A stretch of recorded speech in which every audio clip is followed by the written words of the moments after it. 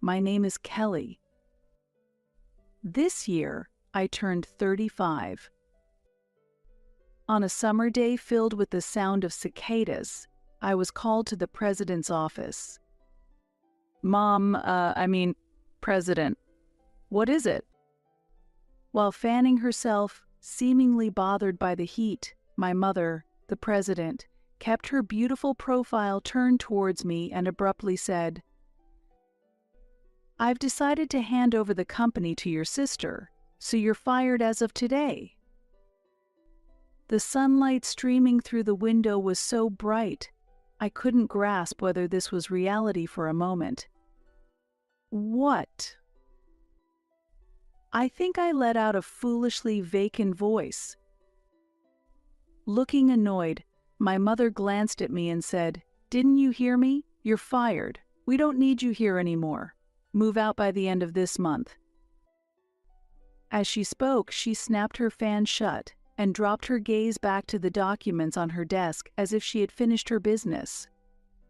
Alone in the president's office with the sound of cicadas filling the room, I slowly digested her words. "Are you still here?" "Get back to work," my mother scolded, and I mechanically backed away, said, "If you'll excuse me, close the door," and stepped out into the hallway. Our company was a small 2-story building with about 10 employees, all involved in demolition work. It was a family-run business. My mother was the president, my aunt and her husband the vice presidents, and my mother's cousin and her spouse the managing directors, with almost all authority being in my mother's hands. After high school, I worked at an accounting firm, but at 25, when told by my mother that we had no accountant, "Are you going to abandon your family in trouble? You'd be the last to suffer," she somewhat forcibly pulled me into the company. Moreover, my assigned tasks were not limited to accounting. My mother dumped everything from clerical work to miscellaneous chores on me. When we were short-handed, I was even sent out on sales calls, essentially making me a jack of all trades within the company. Despite this, I worked hard from morning till night, trying not to burden others, and somehow managed to get through the work over 10 years. Meanwhile, Samantha, who was told she would take over the company, was 3 years younger than me, at 32. She had only been with our company for 2 years. Before joining us, Samantha would often complain and change jobs, saying, "It just doesn't suit me." After turning 30, as employment conditions became stricter, she lamented, "I can't work for such low pay," and spent her days idly at home without even looking for another job. That's when my mother said, "There's a suitable job for you, Samantha." Thus, my mother welcomed Samantha as a managing director to our company. I have been with the company for 10 years, but still remain a regular employee. The difference in treatment between us sisters surprised those around us, but I thought, figures. That's because my mother always favored my sister since we were children. For the beautiful Samantha, she bought everything from clothes to toys, saying, "You're really adorable, Samantha. This outfit suits you perfectly." On the other hand, not being as cute, I was told, "This is enough for you," while receiving hand-me-downs from cousins and neighborhood children. When I was young, I couldn't understand why I was treated this way. All I wanted was to get my mother's attention, so I ignored my immutable appearance and devoted myself to helping out and studying. Yet my mother showed no interest in me, barely glancing at my report card of straight A's before stamping it. If being beautiful is the only way to be loved, I even considered plastic surgery. Seeing my plight, my aunt, during my high school years, told me why my mother ignored me. I had been told that my father had passed away, but in reality he had run off with a woman from the company the year Samantha was born. This woman was older than my mother and not as attractive. Moreover, she had an air about her that resembled me.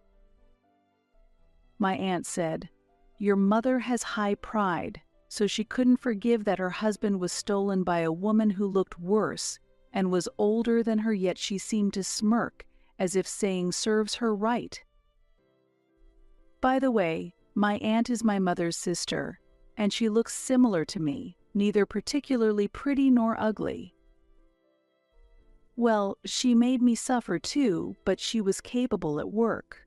Mostly it was through her charm, though. After my father left at 32, my mother took over the company from my deceased grandfather and used her beauty to continuously attract clients and boost performance. The increasing number of buildings exceeding their durability also helped push the need for demolition. Thus, even my aunt and her husband, as well as my mother's cousin and her spouse, respected her. However, recently, with the rising costs of industrial waste disposal and transportation, the balance between demolition fees and actual expenses has become untenable, a common issue across the industry, and our company's performance has been declining. Honestly, making the monthly payroll has been a close call. During this time, as Samantha started working at the company, I became anxious about how we would cover her salary. Then, my mother said, "I'll cut your salary to pay for her. Since we're family, it's only natural." When I logically argued, even if you reduce my salary, it won't cover the managing director's pay, she forcefully replied, "It's your job as a veteran to figure it out. Just do it." Tentatively, I murmured, "Shouldn't Samantha start as a regular employee first?" My mother glared at me sharply and snapped, "Who are you speaking to?" "It's not your place to say." At that time, we lived in the same house, but Samantha didn't contribute a penny, while I paid $1,500 every month. Of course, even after Samantha joined our company, she didn't contribute financially at home. Growing up, I took care of the household chores as my busy mother couldn't, naturally taking on the responsibilities, while Samantha acted as if it was only natural and did nothing. "Sis, isn't dinner ready yet?" When I was working overtime, Samantha would call to hurry me for dinner. "Hey, I'm at work. Can't you just make something yourself?" I replied. "Aw, what should I make?" "The kitchen is your domain, right? I don't want to use it without permission and get scolded." "You got mad last time. Remember, she brought up a long past incident, ultimately not attempting to cook." Samantha generally doesn't clean up or return things to their places. It seems she still holds a grudge from when I pointed this out once before. Or rather, she uses that as a reason to justify her position of doing nothing. Reluctantly, I would return home to cook dinner, only to head back to the office to work overtime afterward. My mother rarely prepared dinner, and on many days, even if there was food ready, she would just eat whatever she wanted instead. Lately, as my mother began taking Samantha out for business more frequently, the need for me to cook dinner decreased, but the costs of these outings continued to trouble us. This year, my mother turned 63, and she started complaining more about various pains in her body and how heavily drinking affected her. It was during such a time that I was called into the president's office and told, "I'm handing the company over to Samantha, so you, the ugly duckling, are fired as of today." Considering my mother's past actions, it made sense that she would hand the presidency over to Samantha. Reflecting on it, Samantha is now 32, the same age my mother was when she first became president. Perhaps my mother thought that Samantha could use her beauty to attract clients just as she had. However, the idea of being fired because of my appearance was something I simply couldn't accept. Even if my salary were transferred to Samantha, I felt there was hardly any real benefit. When I discussed this with my aunt, it seemed the news of Samantha becoming president had already spread among the employees. But the news of my firing was new to her as well.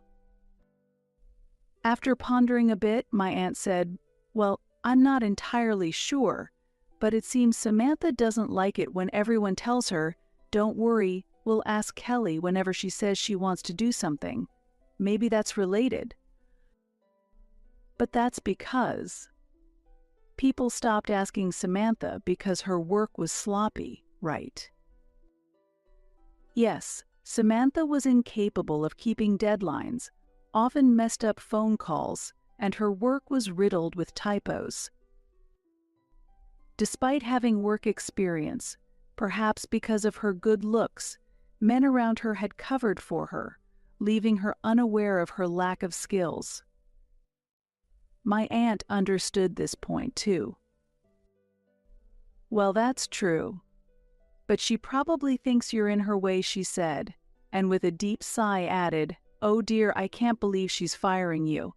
That would cripple our company," but her nature of not standing up to my mother prevented any protest from her. I felt a sense of disgust at being related by blood to my mother, my sister, and this unreliable aunt.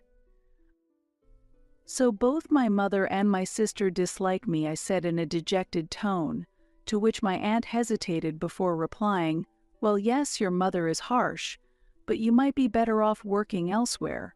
You're too capable to not start over somewhere else." There was a slight warmth of kinship in her eyes as she advised me to resign. Standing in the company dyed red by the summer twilight, I vaguely watched a mirage in the distance.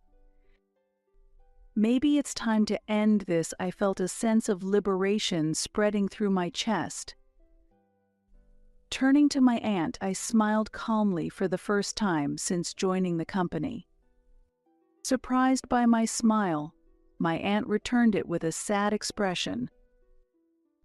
Then I spent my remaining days busily preparing handover documents and organizing everything for anyone to understand, and before I knew it, the end of the month, my last day, had arrived. When I went to the president's office at the end of the day, the sound of cicadas was no longer audible, and my mother and sister were laughing and chatting joyfully. "That salesman definitely has a thing for you." "You, that bald guy?" Absolutely no way they laughed without noticing my presence until I deliberately coughed, and then Samantha, looking puzzled, asked, "What's up?" "We don't need dinner today." "Today is my last day here. Thank you for everything up to now." "Oh, was that today?" I totally forgot. They burst into laughter again. Realizing I would no longer have to see their faces made me feel refreshed. "I'm also moving out of the house, so please take care," I bowed, and my mother replied with a robotic, "Yes, thank you for your hard work," as I emotionlessly closed the door behind me. From inside, I could hear my sister's voice. "Now we won't have to see that annoying face anymore." "Watch me," I muttered to myself as I left the company I had worked at for many years. A week later, after finishing paperwork at a school, I checked my smartphone and noticed 14 missed calls from my mother in just 2 hours. A bad feeling washed over me, so I put my phone on silent mode and took care of other errands before heading home. The calls from my mother continued to increase, and by the next morning they had totaled 80. The last call came just after 2 a.m. Of course, I had no intention of calling her back. She was now a stranger to me, and I didn't want to hear her voice, fearing it might make me succumb to her demands again. For 35 years, I had been dominated by my mother. To break free from her control, I decided to ignore her calls completely. Although I could have blocked her, I left the calls unchecked as evidence in case she took any obsessive actions. For a while, there were nearly 100 calls a day. At first, checking the missed calls was depressing, but as I got used to it, I began to feel a sense of schadenfreude imagining my mother struggling without me. It was then I truly realized how terribly she had treated me. A year has passed since then. By that time, the calls from my mother had ceased, and I had no idea what was happening with her. Over the past year, I worked various temp jobs while attending a correspondence course for tax accountants, passing the exam successfully. My prior work experience and the diverse tasks I handled at my mother's company had honed my ability to oversee operations, making me valuable in my new position at a major accounting firm. Only now did I start to appreciate the past for having equipped me with these skills. My colleagues at the new workplace were all kind, and we helped each other progress with our work, a stark contrast to the days when everything was dumped on me, and I had to research and work alone until midnight. One day, while visiting a client near my mother's company for work, as I passed by my mother's company, the windows and entrance were noticeably dirty, and the houseplants I had taken care of were completely withered. On the way back, I unexpectedly ran into my mother coming out of the company. Upon spotting me, she exclaimed, "Oh," and approached me. Instinctively fearing I would be scolded, I covered my face with my bag, but she came closer with an unexpectedly affectionate voice. "Oh my, where have you been, Kelly?" I felt a wave of disgust and shrank away. "Do you know how many times I called you? Did you change your smartphone?" It seemed that it never crossed her mind that I was ignoring her calls because I disliked her. After all she had put me through, I was utterly baffled by her way of thinking.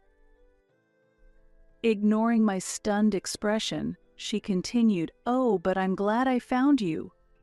Look at the state of this company. Isn't it terrible? Come back starting tomorrow. I'm not mad." "What?" Like I said, "I've forgiven you for leaving a year ago, so please come back to the company tomorrow." It took me a moment to comprehend what she was saying. In her mind, it must only be the image of a young me running back to her in tears that remained. "Mom, I'm already working at another company, and I'm enjoying it there." As I hesitated to tell her, her expression suddenly turned demonic. "What? Even though our company is in such a mess, who cares about other companies? You belong to me," she yelled in the middle of the street. "Wait a minute. You're the one who fired me, right? What about Samantha? What happened to her?" Snorting, she retorted, "Seriously, I thought Samantha would be more useful, but she messed up by dating 3 clients at the same time. It all fell apart instantly. It would have been fine if she hadn't got caught. Then I put her in the office for a while so she wouldn't be seen, but she can't even clean properly, and she's terrible at accounting." We can't afford to hire someone else. It's really troublesome." After venting her frustrations, she smiled at me and said, "That's why it's your turn, Kelly. Our office has been a mess since you left. You need to take responsibility." Before I resigned, I had created a proper handover manual and explained everything to Samantha. Most likely, Samantha didn't check anything, and my mother probably didn't listen to that part. Even if she did, she either doesn't remember or pretends she didn't hear. After all, there's no responsibility to speak of when she was the one who fired me. Besides, ever since you left, there have been a string of clients who cut off transactions. Don't you find that odd? They said they couldn't trust us anymore because you were gone. That's why I want you back. Having worked there for many years, I was familiar with several of the clients. My mother denigrated my appearance, but there were people who genuinely appreciated my skills. When I resigned, I called to thank the people I owed favors to, and they asked why I was leaving. It was difficult to explain the unreasonable reason for my dismissal, but thinking it was my last chance, I revealed everything. It seems that after hearing why I was fired, these clients decided to stop dealing with my mother's company. Their approach is always the same. They push things through by force, shift the blame onto others, and leave all the cleanup to someone else. This has always been their modus operandi. Biting my lower lip, I thought of the kind faces of my current colleagues, reminding myself that this was the real normal world, and I had been in an abnormal environment. I vowed not to succumb to this pressure anymore. Responsibility or not, it was you, the president, who fired me, Mom. Sensing a change in my tone, my mother briefly looked surprised. And besides, wasn't the reason for my dismissal that I was unattractive? Before I knew it, our argument had drawn a crowd, apparently intrigued by the spectacle. My mother, noticing the stares from those around her, hesitated before saying, "Did I really say that? Could you have misheard me?" "No, I heard you clearly. You said you were handing over the company to my beautiful sister and firing the ugly one. I could not comprehend what you meant. I've worked hard for 10 years, yet you decide to hand over the company to Samantha, who has only been here for 2 years and hardly does her job properly. I question your judgment." As I spoke forcefully, a murmur ran through the crowd. "Really? Is that true? Her own mother said that. Isn't that crazy? Are they really related?" Some even began recording the scene, but I was too filled with anger to care. My mother's face paled under the accusatory glances, and she began to sweat. "Kelly, you've misunderstood. Let's discuss this inside." "Misunderstood? What's misunderstood? If you didn't say it, why not clearly state that right here?" She fell silent, and the people around started whispering, "Ah, she's gone quiet. Then it must be true." I can't believe it. People began whispering in disbelief. Suddenly, something in my mother snapped. "Enough. It's your fault for being ugly and gloomy," she shouted. "Ugly people should just quietly obey the beautiful ones. That's all you're good for." Her harsh words shocked the bystanders, who quickly began filming. "Ugly should obey the beautiful lady appears." That was how the video was captioned, and it quickly spread. This video spread to my mother's business contacts, and soon all the companies halted their dealings with her. It seems that during the year I was gone, there had been illegal dumping and falsification of the books, quite serious offenses. As the video spread, one by one, the clients severed ties. Ultimately, the company went bankrupt, and my mother and Samantha, now without an income, visited my apartment once, but of course I did not open the door. Eventually, they moved into a rundown 45-year-old studio apartment without a bath, living in fear of creditors while working part-time and temporary jobs. Samantha, using her beauty to try and charm male coworkers for an easy time, quickly became disliked by her colleagues and had to change jobs frequently. As for my mother, the video never disappeared from the internet, and she was ostracized by her coworkers, working silently alone. Meanwhile, I found myself a boyfriend at my new job. He's not handsome, but he is sincere and serious, and he likes how dedicated I am to my work. We plan to marry soon. I spend my days feeling genuinely grateful that I've always taken my responsibilities seriously.